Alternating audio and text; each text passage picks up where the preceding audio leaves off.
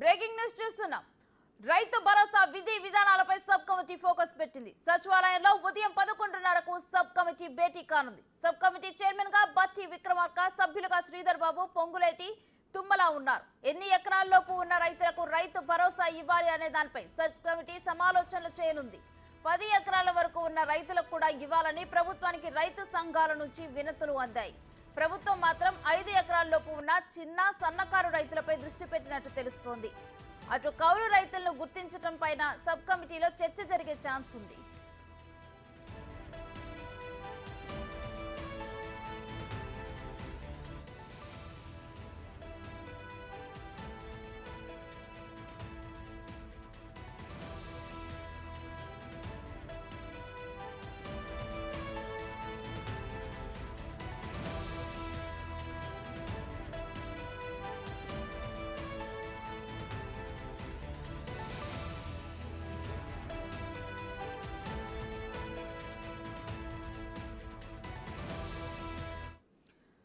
రైతు భరోసా విధి విధానాలపై sub committee focus పెట్టింది.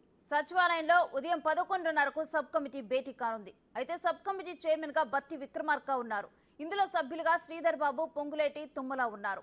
ఎన్ని ఎకరాల్లోపు ఉన్న రైతులకు రైతు భరోసా ఇవ్వాలి అనే దానిపై ఈ సబ్ కమిటీ సమాలోచనలు చేయనుంది. 10 ఎకరాలు ఉన్న రైతులకు కూడా ఇవ్వాలని ఇటువైపు ప్రభుత్వానికి రైతు సంఘాల నుంచి వినతులు అందాయి. అయితే ప్రభుత్వం మాత్రం 5 ఎకరాల్లోపు ఉన్న చిన్న సన్నకారు రైతులపై దృష్టి పెట్టినట్టుగా తెలుస్తోంది. అటు కౌలు రైతులను గుర్తించడం పైన కూడా సబ్ కమిటీలో చర్చ జరిగే ఛాన్స్ ఉంది.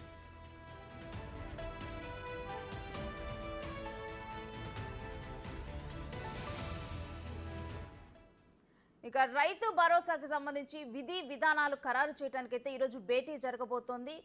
దీనికి సంబంధించి డీటెయిల్స్ ఏంటనేది కూడా డిప్యూటీ బ్యూరో చీఫ్ సాదిక్ అడిగి తెలుసుకుందాం. సాదిక్, ఈరోజు ఈ భేటీలో రైతు భరోసా వర్తించడం మీద విధి విధానాల గురించి ఒక క్లారిటీ వచ్చే ఛాన్స్ ఉందా?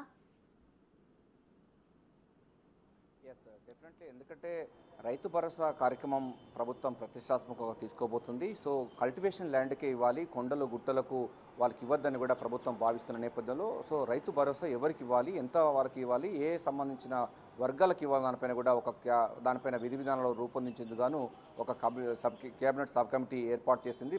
మల్లు బట్టి విక్రమార్క డిప్యూటీ సీఎం, శ్రీధర్ బాబు, పొంగులేటి శ్రీనివాసరెడ్డి, దీంతో పాటుగా వ్యవసాయ శాఖ మంత్రి తుమ్మల నాగేశ్వరరావు వీరితో కూడినటువంటి సబ్ కమిటీ ఏర్పాటు చేసింది. ఈ సబ్ కమిటీ ఈరోజు మొదటిసారిగా సమావేశం కాబోతుంది. ప్రధానంగా రాష్ట్ర వ్యాప్తంగా 5 ఎకరాల లోపు ఉన్నటువంటి రైతాంగరు దాదాపు 83% ఉన్నట్టుగా ప్రభుత్వాలు వర్గాలు చెప్తా ఉన్నాయి, వ్యవసాయ శాఖ అధికారులు చెప్తున్నారు. మరో మిగతా సంబంధించిన వాళ్ళు కూడా 10 ఎకరాల కంటే మించి ఉన్నటువంటి వాళ్ళు ఉన్నారు. సో ఎట్లా చేయాలి దానిపైన పూర్తి స్థాయిలో కూడా నివేదికలు రూపొందిస్తున్నారు. ప్రధానంగా రైతు భరోసా అన్నది కల్టివేషన్ చేస్తున్న రైతులకు మాత్రమే ఇవ్వాలని కూడా ప్రభుత్వం భావిస్తుంది. ఎవరైతే సేద్యం చేస్తున్నారో ఆ రైతులకు ఇవ్వాలి, వారికి కోసమే కదా రైతు భరోసా అని కూడా ప్రభుత్వం భావిస్తున్న నేపథ్యంలో సో ఈ కమిటీ పూర్తి స్థాయిలో కూడా అధ్యయనం చేయబోతుంది. అందులో భాగంగా అధికారుల నుంచి పూర్తి స్థాయిలో నివేదికలు తెప్పించుకుంటారు. ఆ తర్వాత రైతు సంఘ నాయకులతో చర్చిస్తారు. తర్వాత రైతులతో కూడా నేరుగా చర్చిస్తారు. పూర్తి స్థాయిలో ఎవరికి రైతు భరోసా ఇవ్వాలి, ఎవరికి ఇవ్వకూడదు, ఏ ల్యాండ్కి ఇవ్వాలి, ఏ ల్యాండ్కి ఇవ్వకూడదు అనే దానిపైనతో పాటుగా మనకు కౌలు రైతులకు కూడా రైతు భరోసా ఇస్తామని కూడా కాంగ్రెస్ పార్టీ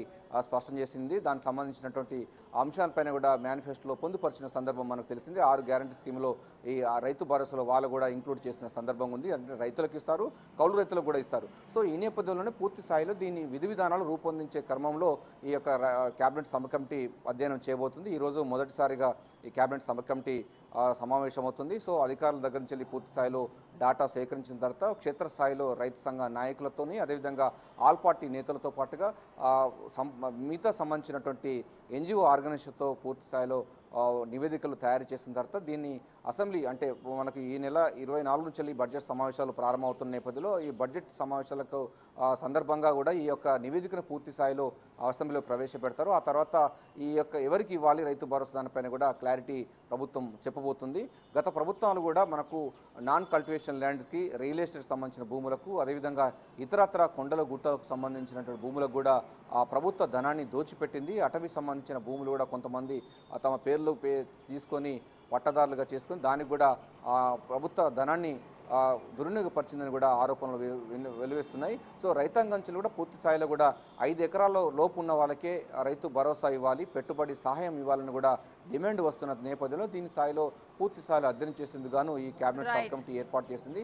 తొలుత అధికారులతో సమీక్ష చేసిన తర్వాత మిగతా క్షేత్రస్థాయిలో అధికారులతోని అదేవిధంగా ఎంఆర్ఓ ఆఫీస్ అంటే రెవెన్యూ అధికారులతో పాటుగా రైతులకు, రైతు సంఘ నాయకులకు నేరుగా మాట్లాడిన తర్వాత వారికి ఒక నివేదిక తయారు చేసి ఆ నివేదిక ప్రకారంగా ప్రభుత్వానికి అందజేసినాక ప్రభుత్వం ఎటువంటి నిర్ణయం తీసుకుంటే ఈ నిర్ణయం అంటే కేబినెట్ సబ్ కమిటీ ఇచ్చినటువంటి నివేదికను అసెంబ్లీలో డిస్కస్ పెట్టిన తర్వాత రైతు భరోసా కార్యక్రమం ప్రభుత్వం చేపట్టే అవకాశాలు కనబడుతున్నాయి. Vote thank you Sadiq.